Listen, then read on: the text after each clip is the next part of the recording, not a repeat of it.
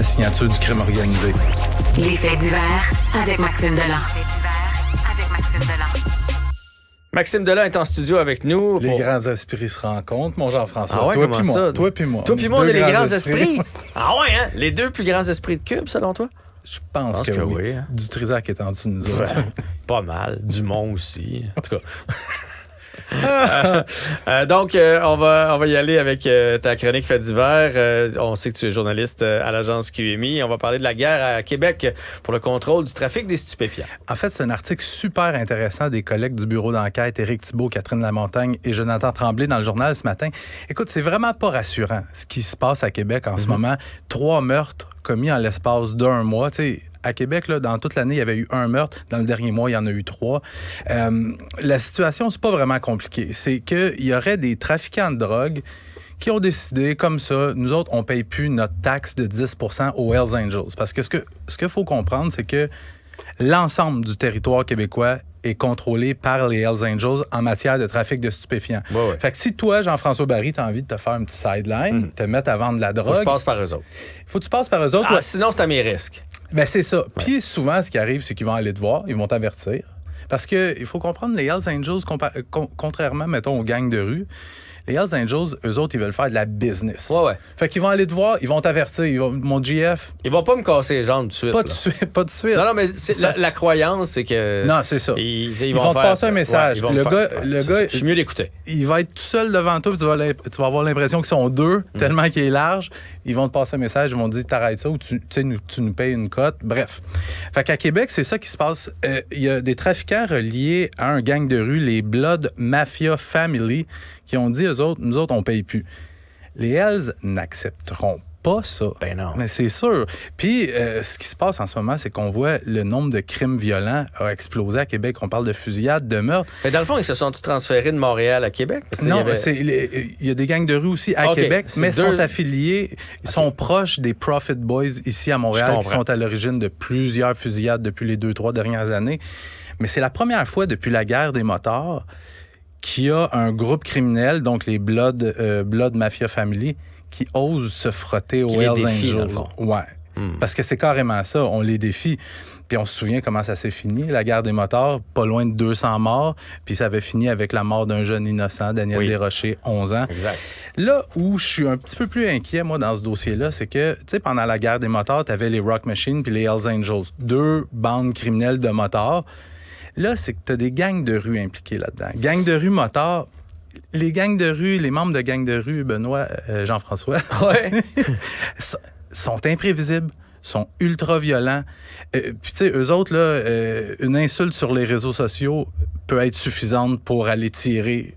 Ils ont une espèce... Et puis là, je peux pas croire que je dis ça, mais Dis-le. Non, mais on dirait que la mafia, les Hells Angels ont une éthique, une espèce de code de vie entre eux autres, qui n'est pas le même que le mien quand même, mais il y en a un. Alors qu'on dirait que les gangs de rue, c'est comme... Je vais te faire une analogie un petit peu, une comparaison un petit peu douteuse, mais pas tant que ça avec le hockey, parce que je sais que tu es un fan de hockey. Pas pire.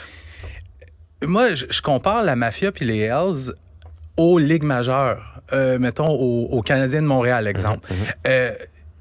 Les gangs de rue, c'est, mettons, du junior majeur ou du junior 3. Tu sais, après les sifflets dans le junior 3, junior majeur, on veut se prouver. Tu sais, le poussaillage après les sifflets, c'est un peu la même chose. Sauf avec des guns. Exactement. Ouais. Puis c'est là que ça devient super problématique. Puis là, à Québec, il va falloir que les policiers s'attardent vraiment à ce problème-là, qu'il y ait des choses qui soient faites, qu'on mette de la pression sur ces gens-là, parce que ça pourrait mal tourner.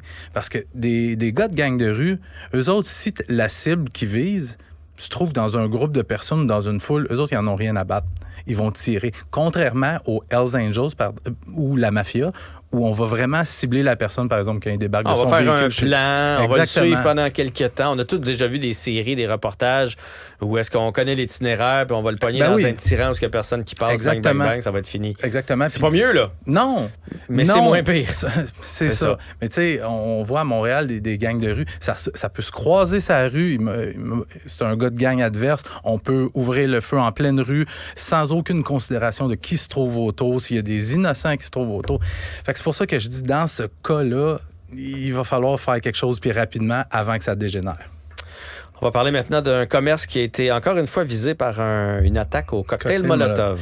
Puis encore une fois, j'ai choisi ce sujet-là parce que, un, c'est inquiétant, puis deux, je sais que tu aimes le hockey. C'est un commerce, ça s'appelle Next Level Hockey. C'est un genre d'école de hockey. Officiellement, ils se décrivent comme une entreprise de développement de hockey de niveau supérieur. C'est situé à Anjou. Je regardais leur site web. Ils offrent des cours de perfectionnement du lancer, du maniement de la rondelle avec Owen Beck, l'espoir du Canadien de Montréal. Il y a un autre cours qui est offert avec une joueuse d'équipe Canada. Mais il y a ça de Giguère. plus en plus, là, des locaux, des glaces synthétiques. Puis, Exactement. Puis c'est très couru. On est pas très avancé là-dedans au Québec.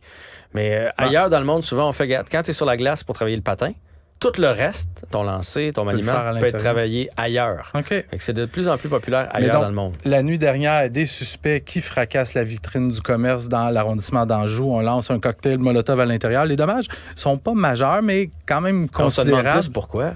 Exactement. Puis c'est là où, je vais te l'avouer très humblement, je me trouve innocent là, parce que à cette chronique-ci, je parle souvent des attaques au cocktail Molotov. Il y en a eu plusieurs, vraiment beaucoup dans la dernière année. Puis j'arrive pas à mettre le doigt sur pourquoi. Tu sais, tu as deux principales raisons. Des fois, c'est est-ce que c'est une tentative d'extorsion? Parce que souvent, ce qu'on fait, c'est qu'on va voir des commerçants, on leur dit, si tu veux de la protection, ça va te coûter de l'argent. Mais le commerçant, je veux pas de protection. Pourquoi? Protection pour un genre d'école de hockey. Exactement. C'est un peu bizarre. Ou, ça peut être une question de compétition. Est-ce qu'il y a quelqu'un qui a un commerce similaire ou qui n'accepte pas que ce commerce-là ouvre ses portes? Ben, c'est la deuxième fois dans les 10 derniers jours que ce commerce-là est incendié. Il y a quelque chose de bizarre. C'est ça. Puis je regardais au registre des entreprises. Le commerce appartient à un ancien joueur de hockey, pas très connu, mais qui a quand même joué dans la USHL.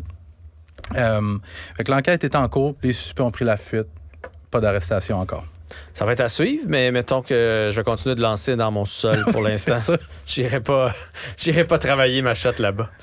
On a-tu le temps pour notre dernier sujet? Malheureusement, non. On est déjà en retard. Hey, OK, mais si tu me le fais en 30 secondes. OK. T'attends 30 secondes. Moi, tu le sais, je fais tout le temps des nouvelles tragiques ici. Là, je veux te parler de cette histoire-là. Un gars de 22 ans arrêté complètement pacté au volant d'un bulldozer. C'est pas mieux. À Sherbrooke, en plein centre-ville, la nuit passée. Puis quand les policiers sont arrivés, il a essayé de se sauver. Il reste encore un petit peu de jugement parce qu'il s'est dit ça va aller plus vite à pied qu'en bulldozer. Ça roule à maximum 12 km/h.